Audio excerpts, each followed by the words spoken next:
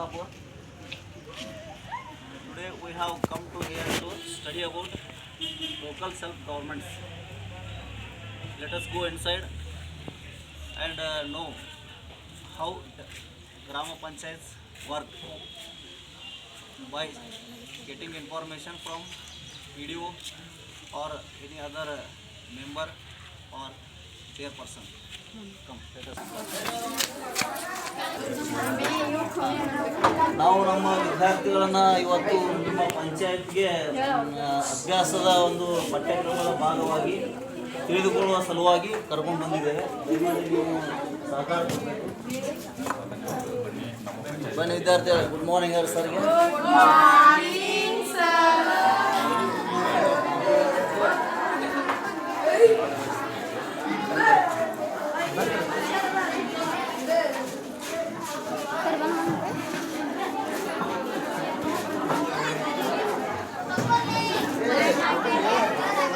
ವಿದ್ಯಾರ್ಥಿಗಳೇ,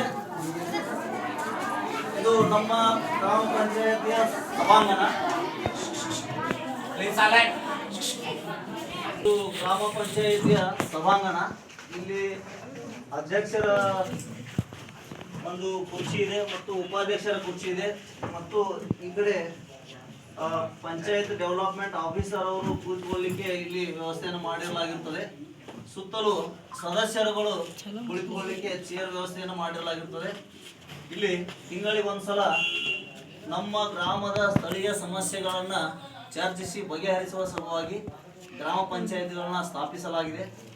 ಆ ಒಂದು ಉದ್ದೇಶ ಈಡೇರಿಕೆಗಾಗಿ ಅವರು ಕೆಲಸವನ್ನು ನಿರ್ವಹಿಸ್ತಾರೆ. ನಮ್ಮ ಸರ್ ಅವರು ಪಂಚಾಯತ್ ಡೆವಲಪ್ಮೆಂಟ್ ಆಫೀಸರ್. ತಮ್ಮ ಹೆಸರು ಸರ್? ಖಾಜಾ ಹುಸೇನ್ ಅಂತ ಹೇಳ್ಬಿಟ್ಟು ಪಂಚಾಯತ್ ಅಭಿವೃದ್ಧಿ ಅಧಿಕಾರಿಯಾಗಿ ಇಲ್ಲೇ ನೇಮಕಗೊಂಡಿದ್ದೇನೆ. ಗ್ರಾಮ ಪಂಚಾಯತಿ ಕೂಡ ಸ್ಥಳೀಯ ಸರ್ಕಾರವಾಗಿ ಕಾರ್ಯನಿರ್ವಹಿಸ್ತಾ ಇದೆ. ಇಲ್ಲಿ ರಾಜ್ಯದಲ್ಲಿ ವಿಧಾನಸಭೆ ಯಾವ ರೀತಿಯಾಗಿ ಕಾರ್ಯನಿರ್ವಹಿಸುತ್ತೆ ಅದೇ ತರವಾಗಿ ಗ್ರಾಮ ಮಟ್ಟದಲ್ಲಿ ಗ್ರಾಮ ಪಂಚಾಯತಿಯ ಸರ್ವ ಸದಸ್ಯರೊಂದಿಗೆ ಅಧ್ಯಕ್ಷರು ಉಪಾಧ್ಯಕ್ಷರು ಕೂಡ ಯಾವ ರೀತಿ ವಿಧಾನಸಭೆಯಲ್ಲಿ ಚರ್ಚೆಗಳು ನಡೆಯುತ್ತೆ ಅದೇ ರೀತಿ ಚರ್ಚೆಗಳು ಕೂಡ ಈ ಗ್ರಾಮ ಮಟ್ಟಕ್ಕೆ ನಮ್ಮ ಗ್ರಾಮ ಪಂಚಾಯತ್ ವ್ಯಾಪ್ತಿಯಲ್ಲಿ ಏನು ಹಳ್ಳಿಗಳು ಬರುತ್ತಲ್ಲ ಆ ಹಳ್ಳಿಗಳ ಸಮಸ್ಯೆಗಳ ಕುರಿತು ಇಲ್ಲೇ ಚರ್ಚೆ ಮಾಡ್ತೀವಿ. ನಮಗೆ ಪಂಚಾಯತ್ ರಾಜ್ ಅಧಿನಿಯಮ 1993 ಇದೆಯಲ್ಲ, ಆ ಅಧಿನಿಯಮದ ಪ್ರಕಾರ ನಮ್ಮ ಕಾರ್ಯಗಳು ಪ್ರಕರಣ 58ರಲ್ಲಿ ಹೇಳ್ತಾರೆ. ಆ 58ರಲ್ಲಿ ನಮಗೆ ಸುಮಾರು 40ರಿಂದ 45 ಕಾರ್ಯಗಳು ಬರುತ್ತೆ. ಆ ಎಲ್ಲ ಕಾರ್ಯಗಳ ಕುರಿತು ನಾವಿಲ್ಲಿ ಚರ್ಚೆಯನ್ನು ನಡೆಸ್ತೀವಿ. ಅದರ ಜೊತೆಗೆ ಇಲ್ಲಿ ಸ್ಥಳೀಯವಾಗಿ ಉದ್ಭವ ಆಗ್ತಕ್ಕಂಥ ಸಮಸ್ಯೆಗಳಿಗೆ ಕೂಡ ಪರಿಹಾರವನ್ನು ಕಂಡುಕೊಳ್ಳಕ ಇಲ್ಲಿ ಸಭೆಗಳನ್ನು ಪ್ರತಿ ತಿಂಗಳು ನಡೆಸ್ತಾ ಇರ್ತೀವಿ ಸಾಮಾನ್ಯ ಸಭೆಯಾಗಿ. ಇದರ ಜೊತೆಗೆ ನಮಗೆ ಇಲ್ಲಿ 3 ಸ್ಥಾಯಿ ಸಮಿತಿಗಳು ಇರುತ್ತೆ. ನಾವು ಯೋಜನೆಗಳನ್ನು ರೂಪಿಸೋಕ್ಕಾಗಿ ಒಂದು ಸ್ಥಾಯಿ ಸಮಿತಿ ಇರುತ್ತೆ. ಇಲ್ಲಿ ಸಾಮಾಜಿಕವಾಗಿ ಯಾರು ಹಿಂದುಳಿದಿರ್ತಾರ ಅಂಥವ್ರಿಗೆ ನ್ಯಾಯ ಕೊಡಿಸಲಿಕ್ಕಾಗಿ ಒಂದು ಸಾಮಾಜಿಕ ನ್ಯಾಯ ಸಮಿತಿ ಅಂತ ಇರುತ್ತೆ. ಇನ್ನೊಂದು ಸಾಮಾನ್ಯ ಸ್ಥಾಯಿ ಸಮಿತಿ ಅಂತ ಇರುತ್ತೆ. ಈ 3 ಸ್ಥಾಯಿ ಸಮಿತಿಗಳ ಚರ್ಚೆ ಕೂಡ ನಾವು ಪ್ರತಿ ತಿಂಗಳು ಮಾಡಿ ಆ ಚರ್ಚೆಗಳನ್ನು ಮತ್ತೆ ನಾವು ಸಾಮಾನ್ಯ ಸಭೆಯಲ್ಲಿ ಚರ್ಚೆ ಮಾಡ್ತೀವಿ.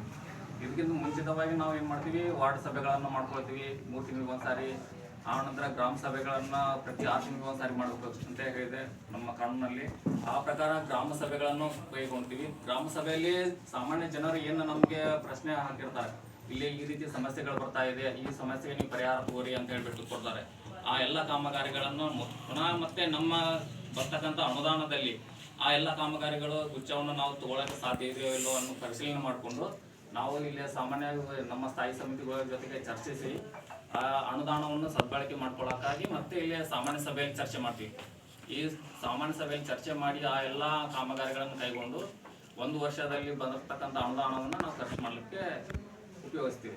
ಈ ಸಭೆಗಳು ಕೂಡ ಇವಾಗ ಅಧಿವೇಶನ ನಡೀತಾ ಇದೆ. ಇಲ್ಲಿ ಬಜೆಟ್ ಅಧಿವೇಶನ ನಡೀತಾ ಇರುತ್ತೆ. ಕೇಂದ್ರ ಸರ್ಕಾರದಲ್ಲಿ ಬಜೆಟ್ ನಿನ್ನೆ ಮಂಡನೆ ಆಯಿತು. ಅಲ್ಲಿ ಯಾವ ರೀತಿಯಾಗಿ ಬಜೆಟ್ ಅಧಿವೇಶನ ನಡೆಯುತ್ತಲ್ಲ ಅದೇ ತರವಾಗಿ ನಾವು 1 ವರ್ಷದ ಬಜೆಟನ್ನು ನಾವು ಏಪ್ರಿಲ್ 1ನೇ ತಾರೀಕಿನಿಂದ ಮುಂದೆ ಬರ್ತಕ್ಕಂಥ ಮಾರ್ಚ್ 31ರವರೆಗೆ ಈ ಅವಧಿಗಾಗಿ ನಾವು ಬಜೆಟನ್ನು ಕೂಡ ಇಲ್ಲಿ ಮಂಡನೆ ಮಾಡ್ತೀವಿ. ಆ ಬಜೆಟ್ಗೆ ಅನುಗುಣವಾಗಿ ನಾವು ಕಾಮಗಾರಿಗಳನ್ನು ಹಾಕೊಳ್ತೀವಿ.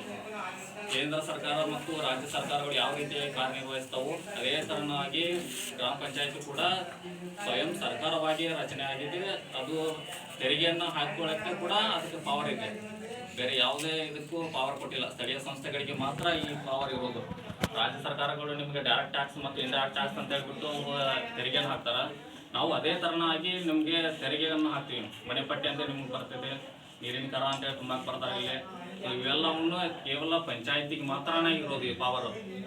ಪುರಸಭೆಗಳು ಮತ್ತು ಮಹಾನಗರ ಪಾಲಿಕೆಗಳು ಈ ಮಾತ್ರ ಈ ತೆರಿಗೆ ಹಾಕಕ್ಕೆ ಅವಕಾಶ ಕೊಟ್ಟಿರೋದು. ಬೇರೆ ಯಾವುದೇ ಇಲಾಖೆಗಳಿಗೆ ಈ ತೆರಿಗೆ ಹಾಕಲಿ ಅವರೇ ಆ ಹಣವನ್ನು ಸದ್ಬಳಕೆ ಮಾಡ್ಕೊಳ್ಳೋಕೆ ಅವಕಾಶ ಇರುವುದಿಲ್ಲ.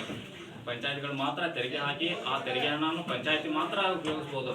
ನಾವು ಮತ್ತೆ ಪುನಃ ಸರ್ಕಾರ ಕಟ್ಟೋದಿಲ್ಲ, ನಾವೇ ಉಪಯೋಗಿಸ್ತೀವಿ. ಇಲ್ಲಿ ಪಂಚಾಯತಿ ವ್ಯಾಪ್ತಿಯಲ್ಲಿ ಬರ್ತಕ್ಕಂಥ ಏನು ಸಮಸ್ಯೆಗಳಿಗೆ ಆ ತೆರಿಗೆ ಹಣವನ್ನೇ ನಾವು ಉಪಯೋಗಿಸ್ಕೊಳ್ಳೋದು.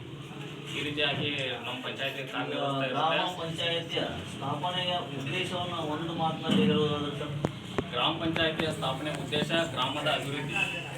ಸ್ಥಳೀಯ ನಿಮ್ಮ ಪ್ರತಿಯೊಂದು ಇಲ್ಲಿ ವಾರ್ಡ್ ವೈಸ್ ನೀವು ಮೆಂಬರ್ಗಳನ್ನು ಆಯ್ಕೆ ಮಾಡ್ತೀರಿ. ನಾವು ಯಾವ ರೀತಿಯಾಗಿ ಒಂದು ವಿಧಾನಸಭಾ ಕ್ಷೇತ್ರಕ್ಕೆ ಒಬ್ಬ MLA ಆಯ್ಕೆ ಮಾಡ್ತೀವಿ, ಆ ರೀತಿಯಾಗಿ ನಿಮ್ಮ ವಾರ್ಡಿಗೆ ಸಂಬಂಧಪಟ್ಟ ಹಾಗೆ 2 ಜನ ಮೆಂಬರ್ ಅಂತೆ ನಾವು ಇಲ್ಲಿ ವಾರ್ಡ್ ವೈಸ್ ಮೆಂಬರ್ಗಳನ್ನು ಆಯ್ಕೆ ಮಾಡಿ, ನೀವು ಯಾವ ರೀತಿ ಸರ್ಕಾರ ರಚನೆ ಆಗಿರುತ್ತೆ ಆ ರೀತಿಯಾಗಿ ಇಲ್ಲಿ ನಮ್ಮದು ಅಧ್ಯಕ್ಷ ಮತ್ತು ಉಪಾಧ್ಯಕ್ಷರು ಮಾತ್ರ ರಚನೆ ಆಗ್ತಾರೆ.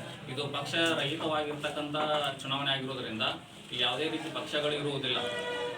ಇಲ್ಲಿ ಎಲ್ಲರೂ ಒಟ್ಟಾಗಿ ಗ್ರಾಮದ ಅಭಿವೃದ್ಧಿ ಮಾಡೋಕ್ಕೋಸ್ಕರ ಚುನಾವಣೆ ಆಗಿರುತ್ತಾರೆ. ಆ ವಾರ್ಡಿನ ಸಮಸ್ಯೆಗೆ ಸಂಬಂಧಪಟ್ಟಂಗೆ ಆ ವಾರ್ಡಿನ ಮೆಂಬರ್ಗಳು ಇಲ್ಲಿ ನಮಗೆ ಪ್ರಶ್ನೆ ಮಾಡ್ತಾ ಇರ್ತಾರೆ, ಅಧ್ಯಕ್ಷರಿಗೆ ಉಪಾಧ್ಯಕ್ಷರಿಗೆ. ಅಂದ್ರೆ ಸಮಸ್ಯೆಗಳಿಗೆ ಕ್ವಿಕ್ ಆಗಿ ಸ್ಪಂದಿಸುವ ಉದ್ದೇಶ. ಈಗ ರಾಜ್ಯ ಸರ್ಕಾರವೇ ಬಂದು ಈ ಸಮಸ್ಯೆಗಳನ್ನ ಗ್ರಾಮದ ಸಮಸ್ಯೆಗಳನ್ನ ಬಗೆಹರಿಸಬೇಕಂದ್ರೆ it will take more time. ಈಗ ನಿಮ್ಮ ಊರಿನಲ್ಲಿ ಪಂಚಾಯತ್ ಇರೋದ್ರಿಂದ ನಿಮ್ಮ ಓಣಿಯಲ್ಲಿರುವ ಸಮಸ್ಯೆಗಳನ್ನ ಬಂದು ಹೇಳಿದರೆ ಮರುದಿವಸವೇ ಅವರು ಬಗೆಹರಿಸ್ಬೋದು ಅಥವಾ ಅವತ್ತೂ ಬಗೆಹರಿಸುವ ಸಾಧ್ಯತೆ ಇರುತ್ತೆ. ಆ ಉದ್ದೇಶಕ್ಕಾಗಿ ಇದನ್ನು ಸ್ಥಾಪನೆ ಮಾಡಲಾಗಿದೆ ಅನ್ನೋದನ್ನ ನಮ್ಮ ವಿಡಿಯೋ ಸಾಹೇಬರು ತಿಳಿಸ್ಕೊಡ್ತಾ ಇದ್ದಾರೆ. ಅದಕ್ಕೆ ನಮಗೆ ಇವಾಗ ಬಂದ ತಕ್ಷಣ ನಿಮ್ಗೆ ಕೆಲಸ ಮಾಡ್ಲಿಕ್ಕೆ ಕೊಡಿ, ಇವತ್ತು ಏನೋ ಒಂದು ಸಮಸ್ಯೆ ಆಯಿತು, ಸಮಸ್ಯೆ ಆದ ತಕ್ಷಣ ಇವತ್ತು ಆಗಬೇಕಂದ್ರೆ ಇರೋದಿಲ್ಲ. ಅದಕ್ಕೆ ಸಂಬಂಧಪಟ್ಟ ಅನುದಾನ ಹೊಂದಾಣಿಕೆ ಮಾಡ್ಕೋಬೇಕು, ಇದೆಲ್ಲ ಇರುತ್ತೆ. ಅದಕ್ಕಾಗಿ ಸಕಾಲ ಅಧಿನಿಯಮ ಬಂದಿದೆ ನಮಗೆ 2005ರಿಂದಾನೇ.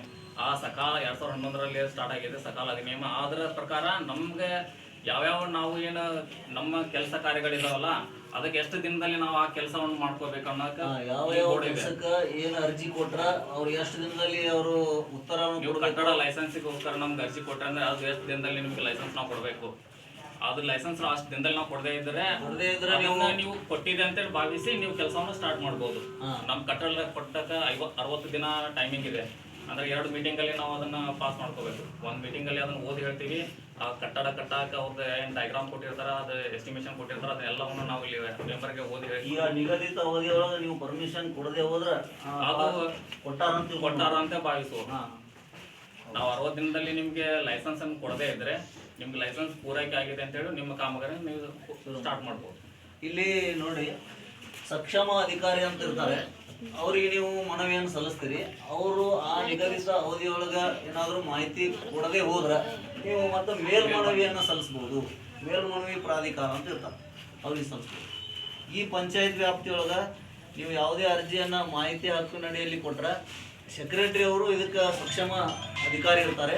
ಅವರು ನಿಮ್ಮ ಇದೇನು ಅವಧಿಯೊಳಗೆ ಮಾಹಿತಿ ಕೊಡದೆ ಹೋದ್ರೆ ಮೇಲ್ಮನವಿ ಪ್ರಾಧಿಕಾರ ವಿಡಿಯೋ ಇರ್ತಾರೆ. ಹೌದು ಸರ್, ಇಲ್ಲಿ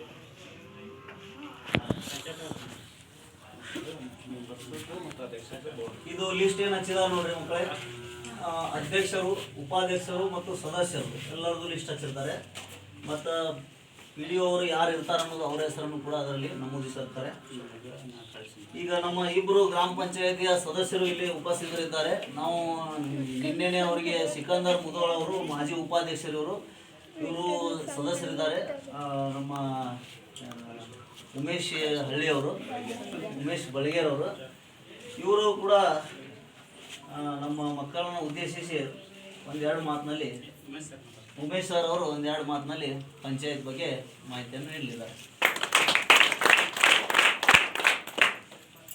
ಇಂದು ಶುಭ ಮುಂಜಾನೆ ವೇಳೆಯಲ್ಲಿ ಈ ಒಂದು ನರಸಾಪುರ ಗ್ರಾಮ ಪಂಚಾಯತಿಗೆ ಮುದ್ದು ವಿದ್ಯಾರ್ಥಿ ಹಾಗೂ ಶಿಕ್ಷಕ ವೃಂದ ನಮ್ಮ ಗ್ರಾಮ ಪಂಚಾಯತಿಗೆ ಆಗಮಿಸಿದ್ದಕ್ಕಾಗಿ ಎಲ್ಲರಿಗೂ ಸ್ವಾಗತವನ್ನು ಕೊಡ್ತಾ ಇದ್ದೇನೆ.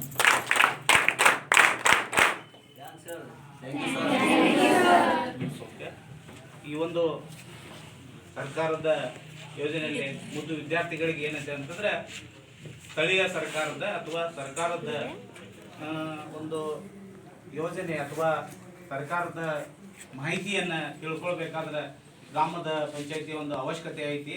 ಅದಕ್ಕಾಗಿ ವಿದ್ಯಾರ್ಥಿಗಳನ್ನು ಇಲ್ಲಿ ಒಳಗೊಳಿಸಿದ್ರೆ ಅಥವಾ ಈ ಒಂದು ಗ್ರಾಮ ಪಂಚಾಯತಿಯ ಎಲ್ಲ ಮಾಹಿತಿಗಳನ್ನು ತಿಳಿಸಿದ್ರೆ ಮುಂದಿನ ಅಂದರೆ ಇಂದಿನ ಮಕ್ಕಳೇ ನಾಳಿನ ನಾಗರಿಕರು.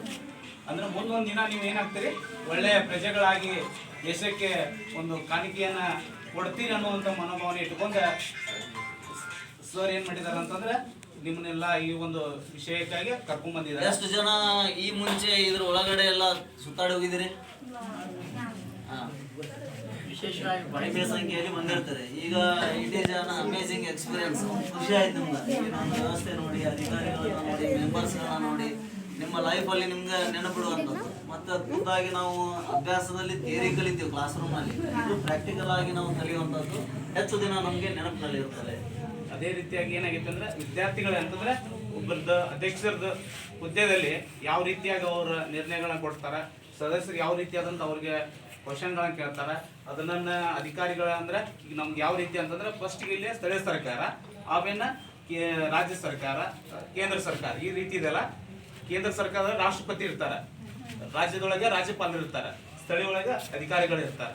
ಅಧಿಕಾರಿಗಳ ಯಾವ ರೀತಿ ರಾಜ್ಯಪಾಲ ಯಾವ ರೀತಿಯಾದಂಥ ಶಿಫಾರಸುಗಳನ್ನು ಮಾಡ್ತಾರಲ್ಲ ಅವರು ಆ ರೀತಿಯಾದಂಥ ಶಿಫಾರಸುಗಳನ್ನ ಇಲ್ಲಿ ಸ್ಥಳೀಯ ಮಟ್ಟದೊಳಗೆ ಮಾಡ್ಕೊಂತ ಮುಂದಕ್ಕೆ ಹೋಗ್ತಾರೆ. ಅಂದ್ರೆ ಶಾಸಕಾಂಗ, ಕಾರ್ಯಾಂಗ ಮತ್ತು ನ್ಯಾಯಾಂಗ ಈ ರೀತಿ ಇದಾವಲ್ಲ, ಆ ರೀತಿಯಾದಂಥ ಎಲ್ಲರಿಗೂ ಸೂಕ್ತವಾದಂಥ ರೀತಿಯಲ್ಲಿಯೇ ನಿಮಗೆ ಕೆಲಸ ಕಾರ್ಯಗಳನ್ನು ನಿರ್ವಹಿಸಲಿಕ್ಕೆ ಒಂದು ಸ್ಥಳೀಯವಾದಂಥ ಸರ್ಕಾರ ಇದೆ. ಇದಕ್ಕೆ ಒಬ್ರು ಮೆಂಬರ್ಗಳನ್ನ ಆಯ್ಕೆ ಮಾಡುವ ವಾರಿಗೆ ಒಬ್ರು ಬರ್ತಾರೆ.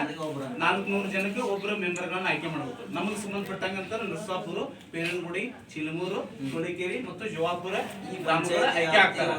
ನರಸಾಪುರ ಗ್ರಾಮದಲ್ಲಿ 9 ಸದಸ್ಯರುಗಳನ್ನ ಆಯ್ಕೆ ಮಾಡುವಂತದ್ದು ಸರ್ಕಾರ ನಿಯಮ ಮಾಡಿದೆ. ಅದೇ ರೀತಿ ಪೇರನಗುಡಿ ಗ್ರಾಮಕ್ಕೆ 2 ಮೆಂಬರ್ಗಳನ್ನ ಮಾಡ್ಲಿಕ್ಕೆ ಅವಕಾಶ ಇದೆ. ಮತ್ತು ಚಿಲಮೂರು ಗ್ರಾಮಕ್ಕೆ ಅಲ್ಲಿ 9 ಜನಕ್ಕೆ ಮೆಂಬರ್ಗಳನ್ನು ಮಾಡುವಂತ ಅವಕಾಶ ಇದೆ. ಸೊಳಿಕೇರಿ ಮತ್ತು ಜೀವಾಪುರ ಕೂಡ 1 ಮೆಂಬರ್ಗಳನ್ನ ಆಯ್ಕೆ ಮಾಡುವಂತ ನಿಯಮ ಇದೆ. ಆ ನಿಯಮದ ಪ್ರಕಾರ 21 ಮೆಂಬರ್ಗಳನ್ನ ಇಲ್ಲಿ ಗ್ರಾಮ ಪಂಚಾಯತಿಗೆ ಕಳಿಸಿಕೊಟ್ಟಿದ್ದಾರೆ. ಯಾರು ಅಂತಂದ್ರೆ ಯಾರು ಗೊತ್ತಾಯ್ತಲ್ಲ, ಇಲ್ಲಿ ಪಂಚಾಯತಿ ಮೆಂಬರ್ಗಳನ್ನ ಕಳಿಸಿದವ್ರು ಯಾರು? ಜನರು. ಯಾರು? ಓಕೆ. ಇಂಥ ಸ್ಥಳೀಯ ಸರ್ಕಾರಕ್ಕೆ ಕಳಿಸಿದಂತ ಪ್ರತಿನಿಧಿಗಳು ಸಾರ್ವಜನಿಕವಾಗಿ ಯಾವುದೇ ರೀತಿಯಾದಂಥ ಕುಂದುಕೊರತೆಗಳಿರಲಿ, ಸ್ಥಳೀಯ ಮಟ್ಟದಂಥ ಸಮಸ್ಯೆಗಳನ್ನಿರಲಿ ಎಲ್ಲ ಬಗೆಹರಿಸಿ ಊರನ್ನ ಒಂದು ಸಮೃದ್ಧಿಯಾಗಿ ಮಾಡಲಿಕ್ಕೆ ಒಂದು ಅವಕಾಶ ಮಾಡಿಕೊಟ್ಟಂತ ಎಲ್ಲ ಜನರಿಗೆ ಅವರು ಒಂದು ಮಾದರಿ ರೀತಿಯಲ್ಲಿ ಕೆಲಸ ಮಾಡ್ತಾರೆ ಅನ್ನುವಂಥ ಮಾಹಿತಿಯನ್ನ ನನ್ನಿಂದ ಈ ಒಂದು ಕಾರ್ಯಕ್ರಮದಲ್ಲಿ ಅಥವಾ ಈ ಒಂದು ಸಭೆಯಲ್ಲಿ ನನಗೆ ಅವಕಾಶ ಮಾಡಿಕೊಟ್ಟಂತ ಆಡಳಿತ ಮಂಡಳಿಗೂ ಹಾಗೂ ಶಿಕ್ಷಕರಿಗೂ ಕೂಡ ವಂದಿಸಿ ನನ್ನ 2 ಮಾತಿಗೆ ವಿರಾಮ ಹೇಳ್ತೇನೆ. ಜೈ ಹಿಂದ್, ಜೈ ಕರ್ನಾಟಕ. ಧನ್ಯವಾದಗಳು. ನೀವು ಕೂಡ ನಾಳೆ 21 ವಯಸ್ಸು ಆದ ನಂತರ ಗ್ರಾಮ ಪಂಚಾಯಿತಿಯ ಸದಸ್ಯರಾಗಿ ಸ್ಪರ್ಧಿಸಬಹುದು. 18 ವರ್ಷ ವಯಸ್ಸಾದ ನಂತರ you will get voting power. ಪಂಚಾಯತಿಗೆ ನೀವು ಸ್ಪರ್ಧಿಸಬೇಕಾದ್ರೆ 21 ಇಯರ್ಸ್ ಆಗಬೇಕು. ಅದೇ ನೀವು MLA MP ಎಲೆಕ್ಷನ್ ಸ್ಪರ್ಧಿಸಬೇಕಾದ್ರೆ 25 ಇಯರ್ಸ್ ಆಗಬೇಕು. ಪಂಚಾಯತ್ಗೆ ಕಡಿಮೆ ಇದೆ. ಓಕೆ, ನಮ್ಗೆ ಭಾಳಷ್ಟು ಚೆನ್ನಾಗಿ ಮಾಹಿತಿಯನ್ನು ತಿಳಿಸ್ಕೊಟ್ರು ಉಮೇಶ್ ಬಡಿಗೇರ್ ಸರು ಮತ್ತು ಪಂಚಾಯತ್ ಡೆವಲಪ್ಮೆಂಟ್ ಆಫೀಸರ್ ಆಗಿರ್ತಕ್ಕಂಥ ರಾಜಾ ಹುಸೇನ್ ಸರ್ ಮತ್ತು ಸಿಕಂದರ್ ಮುದಲ್ ಅವರು 1-2 ಮಾತಲ್ಲಿ ಹಾಂ ಇರಲಿ. ಸ್ಕೂಲಿಗೆ ಬಂದಾಗ ಸಾಕಷ್ಟು ಅವರು ನಮ್ಮ ಜೊತೆಗೆ ಇಂಟ್ರ್ಯಾಕ್ಷನ್ ಮಾಡಿರ್ತಾರೆ. ನೆಕ್ಸ್ಟ್ ಇನ್ನು ಒಳಗಡೆ ಆಫೀಸರ್ಸ್ ಚೇಂಬರ್ ಯಾವ ರೀತಿ ಇದೆ ಅನ್ನೋದನ್ನು ಸ್ವಲ್ಪ ನೋಡೋಣ. ಎಲ್ಲ ವಿದ್ಯಾರ್ಥಿಗಳಿಗೆ ಶಾಲೆಯಲ್ಲಿ ಸ್ವಲ್ಪ ಅರೇಂಜ್ಮೆಂಟ್ ಮಾಡ್ತಾರೆ. ಎಷ್ಟು ಮಂದಿ ಮೆಂಬರ್ಗಳು ಇರ್ತಾರೆ, ಕಡಿಮೆ ಒಂದು ಇದ್ರೊಳಗೆ ಇಲ್ಲಿದಾರ ಮಾಡ್ಕೊಂಡ್ರೆ ಇಲ್ಲದಲ್ಲ ಅವರು ಮಾಡೋಣ ಸರ್, ಬೇಗ ಮಾಡೋದು. ಅಂದ್ರೆ ಮೆಂಬರ್ ಆಗಿ ಯಾವ ರೀತಿ ಆದಂತ ಅವ್ರಿಗೆ ಅಡ್ವಾನ್ಸ್ ಆಗಿ ಇದನ್ನು ಕೊಡೋದು ಸರ್. 15 ದಿವಸ ಟೈಮ್ ಕೊಡ್ರಿ, ಅಷ್ಟೊಳಗೆ ಮಾಡ್ಕೊಂಡು ಅಧ್ಯಕ್ಷ ಯಾವ ರೀತಿ ಆದಂತ ಹೇಳಿಕೆ ನೀಡಬೇಕು, ಮೆಂಬರ್ ಅದಾರ ಹೆಂಗೆ ಕೊಡ್ತಾರೆ ಅನ್ನೋ ಸ್ವಲ್ಪ ನಿಮ್ಗೆಲ್ಲ ಮನವರಿಕೆ ಮಾಡಿಕೊಡ್ತಾರೆ ಸರ್. ಅದನ್ನ ಮುಂದಿನ ಮಾಡ್ಕೊಡ್ರಿ.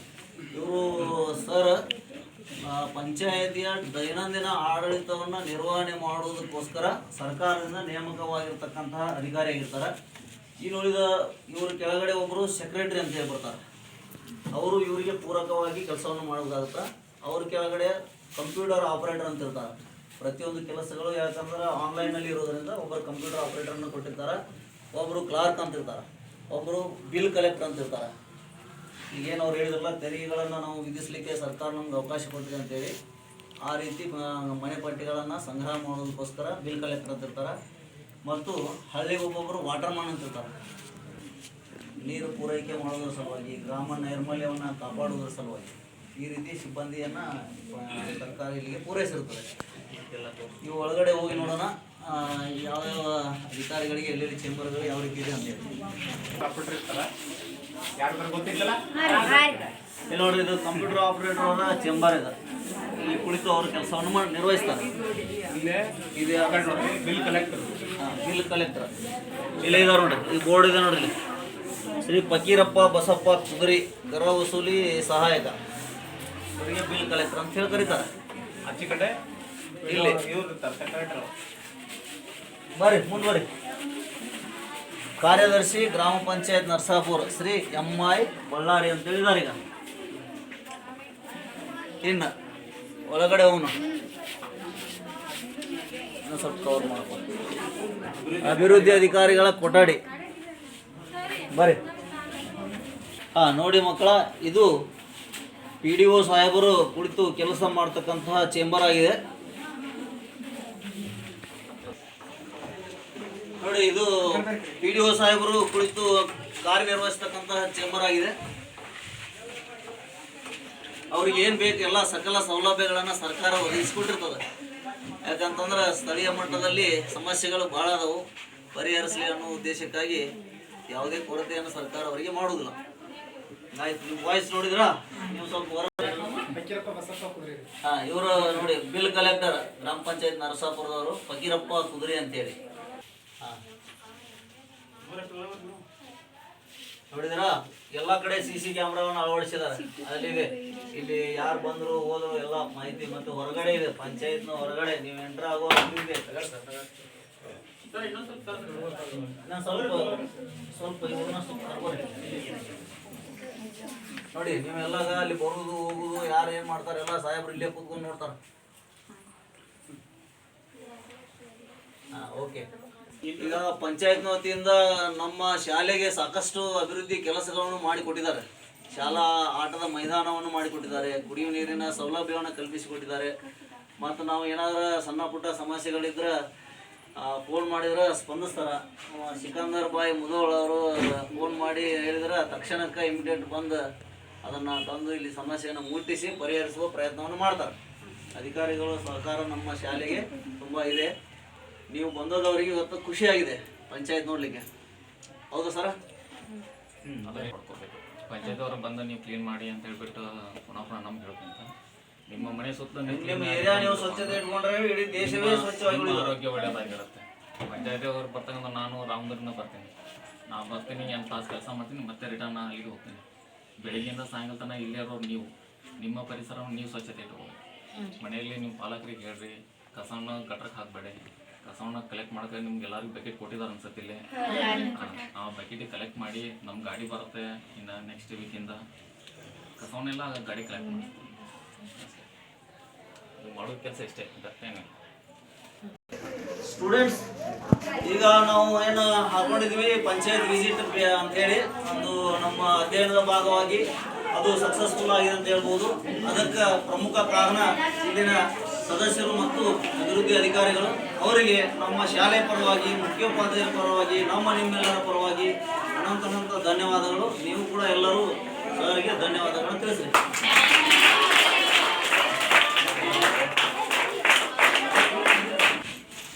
ಅವರು ಮಕ್ಕಳಿಗೆ ಚಾಕ್ಲೇಟ್ಗಳನ್ನು ಕೂಡ ವಿತರಿಸ್ತಾ ಇದ್ದಾರೆ. ಬಾಯಿ ಸಿಹಿ ಮಾಡೋಣ ಅಂತೇಳಿ.